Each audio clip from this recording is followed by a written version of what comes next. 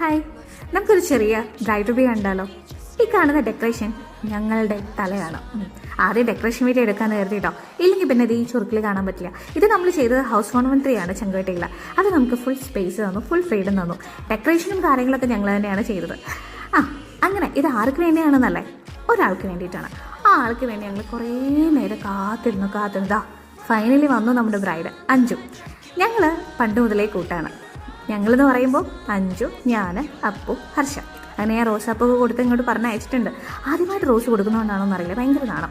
അങ്ങനെ അവൾ വന്നു, അവൾ ഭയങ്കര സർപ്രൈസ്ഡായി. പക്ഷെ അവൾ ഇട്ട് വന്നത് ജീൻസും ടോപ്പും. ഞങ്ങൾക്ക് പറ്റിയില്ല. ഞങ്ങൾ അവളെ ലുക്ക് അങ്ങോട്ട് മാറ്റി. ഈ ഡെക്കറേഷനിൽ ബലൂണൊക്കെ കൊഴിഞ്ഞു പോയിട്ടുണ്ട് കേട്ടോ. കാരണം ബലൂൺ കാത്തിരുന്ന് മടുത്തു.